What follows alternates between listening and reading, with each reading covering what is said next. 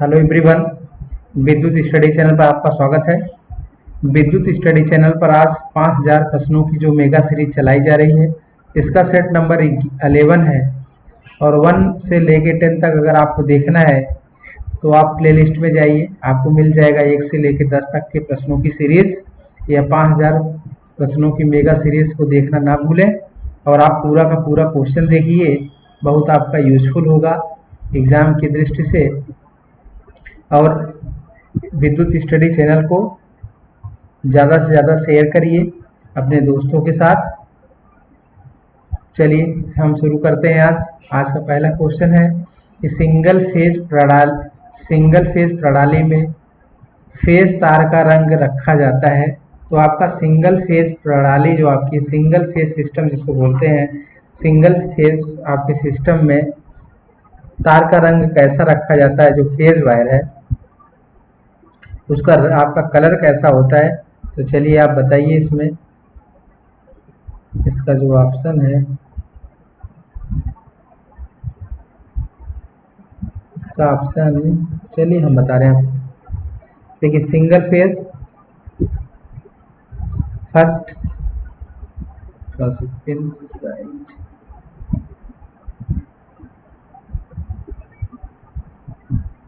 देखिए single phase है red, दूसरा ऑप्शन है ग्रीन, तीसरा है आपका ब्लैक, चौथा है आपका फोर्थ नंबर है आल। तो सिंगल फेज प्रणाली में फेज का कलर कैसा रखा जाता है, तो बताइए चारों ऑप्शन में से कौन सा ऑप्शन सही होगा। चलिए इसका आंसर हम आपको बता रहे हैं, रेड कलर। रेड कलर हमेशा आप सिंगल फेज सिस्टम में हमेशा आपको फेज जो आपका है फेज उसको आपको रेड कलर में रखना पड़ता है। सिंगल फेज, अब सिंगल फेज थोड़ा सा हम बता रहे हैं सिंगल फेज किसको बोलते हैं। देखिए सिंगल फेज अगर एक आपका फेज और एक आपका न्यूट्रल है, एक आपका फेज और एक आपका न्यूट्रल है, इसी को बोलते हैं सिंगल फेज। ठीक, अगर एक फेज और एक न्यूट्रल है, एक फेज वायर और एक न्यूट्रल वायर है, इसको बोलेंगे सिंगल फेज। ठीक, अब थोड़ा सा सिंगल फेज और न्यूट्रल की बात आ गई, तो यहाँ पे सिंगल फेज है जनरली आपके घरों में जो डोमेस्टिक यूज है, घरों में आपके सिंगल फेज की सप्लाई यूज होती है। ठीक, घरों में आपके सभी कनेक्शन किस क्रम में होते हैं, पैरेलल में। घरों में जो कनेक्शन होते हैं सब पैरेलल में होते हैं, जैसे आपके टीवी, फैन, कूलर। दूसरा इसमें एक क्वेश्चन और पूछा जाता है, फेज आपके फेज वायर को हम बोलते हैं हॉट वायर, फेज वायर को हॉट वायर भी बोला जाता है, इसको गर्म तार। ये आपको लाइव वायर, कई नामों से जानते हैं, live wire, phase wire, hot wire, live wire. ठीक, इसका कलर आपके होता है रेड में। न्यूट्रल की बात आ गई, तो जो न्यूट्रल का कलर होता है वो आपका होता है ब्लैक में, न्यूट्रल का कलर ब्लैक में होता है। अब थोड़ा सा फेज, हम तो घरों की बात आ गई, इसमें हम एक चीज़ और आपको बता दे रहे हैं, महत्वपूर्ण पॉइंट है, जो हमारा स्विच होता है, यस स्विच को हमेशा हम फेज में जोड़ते हैं।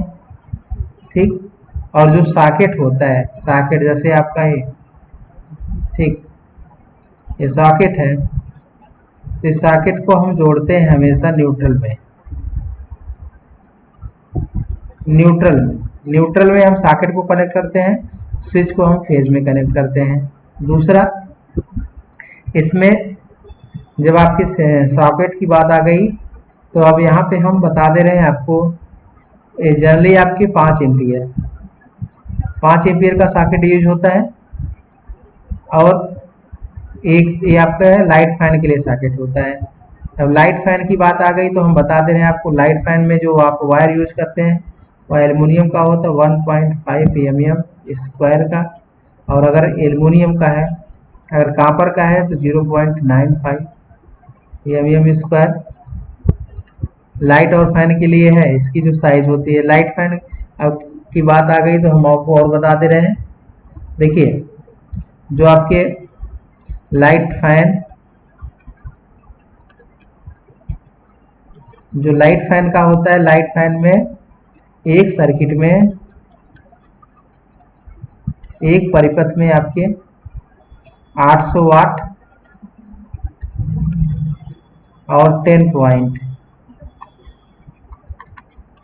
800 वाट और 10 पॉइंट रखे जाते हैं किसके, लाइट फैन के लिए।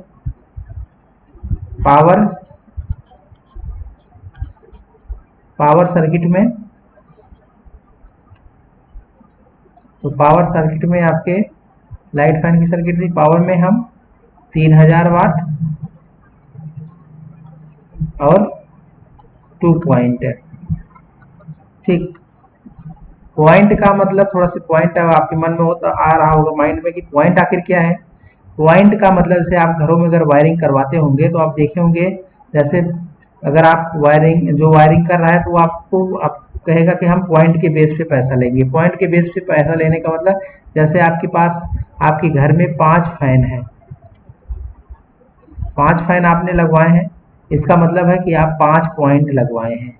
ठीक, आपके पास 10 बल्ब, आपने आपके घरों में 10 बल्ब लगा है, इसका मतलब है कि 10 पॉइंट है। ठीक, यही आपका पॉइंट होता है।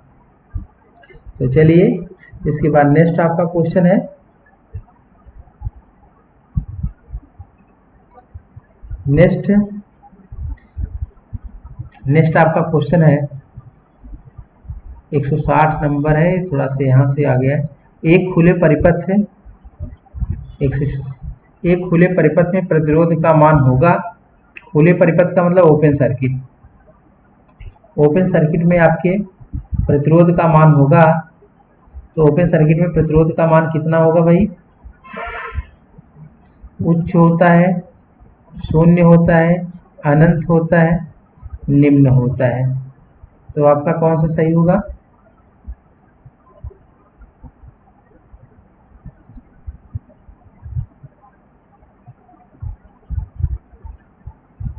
उच्च निम्न। देखिए तो यहाँ पे खुले परिपथ की बात आ गई, तो हम आपको बता रहे हैं खुले परिपथ। देखिए खुले परिपथ का मतलब ओपन सर्किट, ऐसे है आपका एक, यही आपका ओपन सर्किट है, ओपन सर्किट है। अब एक खुले परिपथ की बात कर रहा है, ओपन सर्किट में जो प्रतिरोध का मान होता है, मतलब आर का मान पूछ रहा है, तो आर का मान क्या होता है, खुले परिपथ में आपके आर का मान जो होगा वह आपका होता है इनफाइनाइट। इनफाइनाइट का मतलब आप यहाँ से चाहे जितनी भी करंट फ्लो करवाएंगे, यह करंट आपके इस यहाँ पे नहीं जा पाएगी। ठीक, तो इसका मतलब है इसमें जो आपका प्रतिरोध होगा वह क्या होगा, इनफाइनाइट होता है खुले परिपथ में। अब यहाँ पे जब खुले परिपथ की बात आई तो हम थोड़ा सा शॉर्ट की भी बात कर लेते हैं। अगर आपका शॉर्ट सर्किट है, शॉर्ट सर्किट है, तो शॉर्ट सर्किट में आपके प्रतिरोध का मान क्या होगा, शॉर्ट सर्किट में आपके प्रतिरोध का मान जो होगा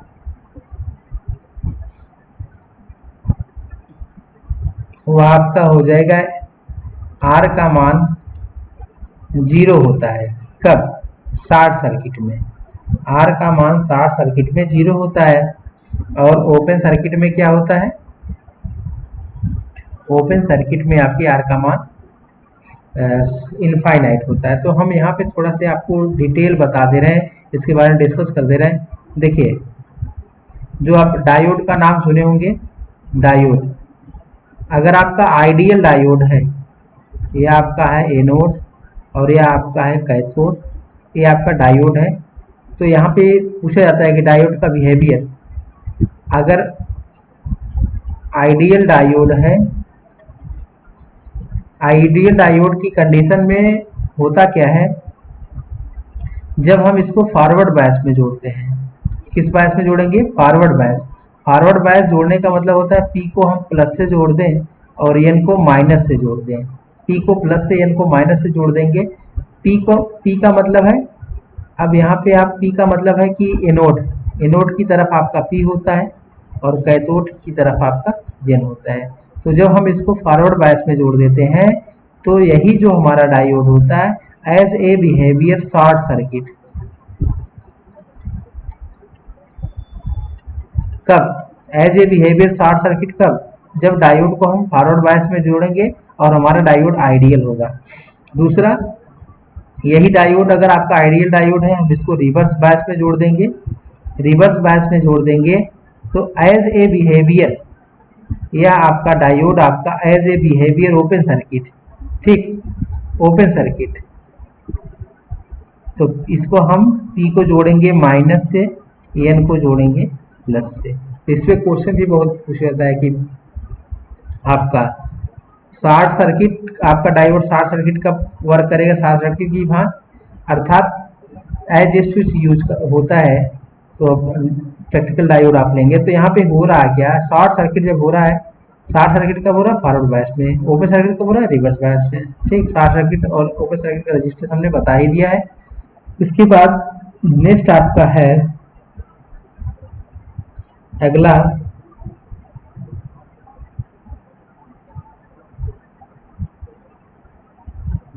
इसमें है कि ये आपका है, ये फ्यूज पूछा है कि फ्यूज HRC फ्यूज है, इसमें थोड़ा सा मिस्टेक है, इसको आप करेक्ट कर लीजिए। HRC, HRC फ्यूज का एम्पियर्स में परास क्या होता है? तो HRC फ्यूज की इसमें रेटिंग पूछा गया है, पहला, दूसरा, तीसरा, चौथा। तो बताइए कि HRC फ्यूज है, इसकी रेटिंग किस में होती है?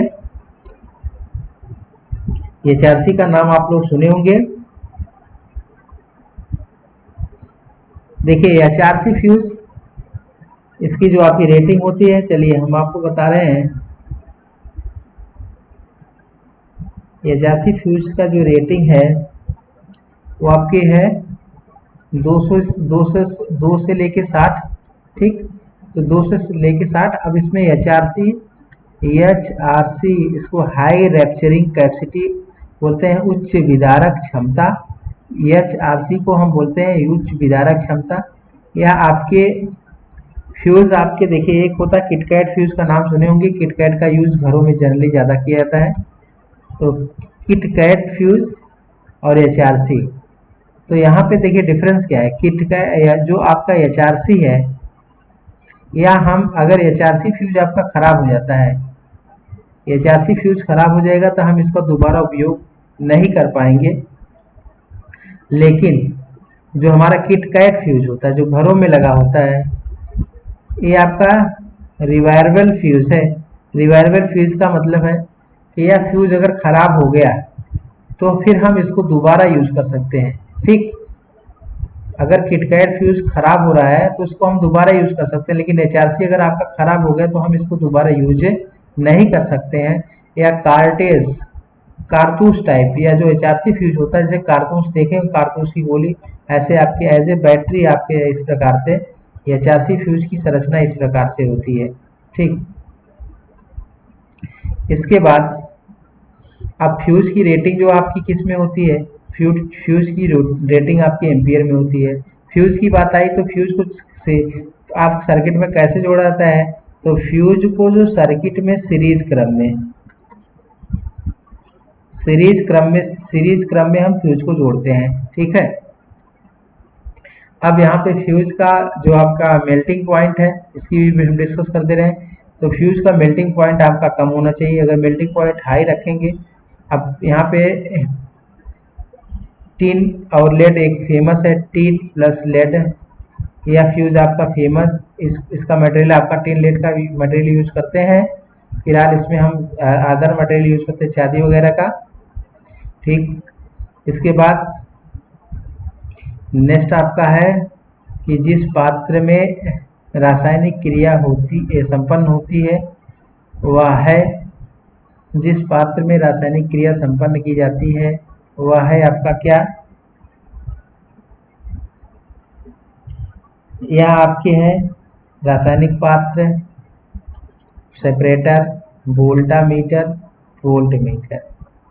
जिस पात्र में रासायनिक क्रिया संपन्न होती है, देखिए ये बात जो कर रहा है कि जिस पात्र में रासायनिक क्रिया संपन्न होती है वह होती है, यह आपका बात कर रहा है आपके सेल या बैटरी की बात कर रहा है। तो सेल या बैटरी में आपके ऐसे क्या प्रोसेस होते हैं, तो जहाँ आपकी रासायनिक क्रिया जो होती है सेल या बैटरी में, वह आपकी रासायनिक क्रिया, जैसे उसको हम एक्चुअली में बोलते हैं कंटेनर या आधान पात्र। इसी में हम इलेक्ट्रोड को रखते हैं, एनोड और कैथोड के इलेक्ट्रोड को रखा जाता है। इसी में हमारा इलेक्ट्रोलाइट या विद्युत अपघट्य होता है, ठीक। अब लेकिन यहाँ पे क्या है, रासायनिक, अब इसी में आपकी रासायनिक क्रिया केमिकल हम डालते हैं, इलेक्ट्रोलाइट और विद्युत अपघट्य, जो कि रासायनिक क्रिया करता है, जिसकी वजह से हमें इलेक्ट्रिकल एनर्जी से केमिकल एनर्जी से हमें मिलती है इलेक्ट्रिकल एनर्जी। तो यहाँ पे जो आपकी है, जिस पात्र में रासायनिक क्रिया संपन्न होती है उसको बोलते हैं वोल्टामीटर। उसको क्या बोला जाता है, वोल्टामीटर, ठीक। इसके बाद नेक्स्ट है शुष्क सेल। शुष्क सेल का आपका एनोड, शुष्क सेल का एनोड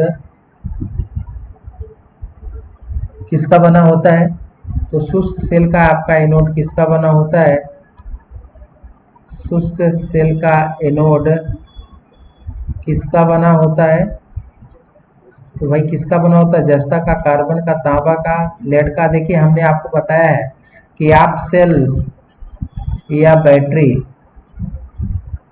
इसको आप पढ़ रहे हैं, इसमें 3-4 चीजें बहुत महत्वपूर्ण है। पहला है कि एनोड और कैथोड किसका बना होता है, कंटेनर जो आपका आधान पात्र वो किसका बना होता है। इसके बाद उसमें हम इलेक्ट्रोलाइट क्या यूज करते हैं, और चौथा आपका बहुत महत्वपूर्ण है, तो हम उस सेल या बैटरी का यूज कहाँ पे करते हैं, ठीक। ये बहुत महत्वपूर्ण चीज़ है, इसको तो आपको आप इसेंशियल, आपको इसको तो याद रखना ही नेसेसरी है। लेकिन इसके साथ साथ आपके और कुछ भी हैं, जैसे केमिकल रिएक्शन आपको याद होना चाहिए, चार्जिंग का, डिस्चार्जिंग का, ठीक। लेकिन इतना तो बेसिक आपको पता होना चाहिए, क्योंकि इससे क्वेश्चन बहुत ज़्यादा बनता है।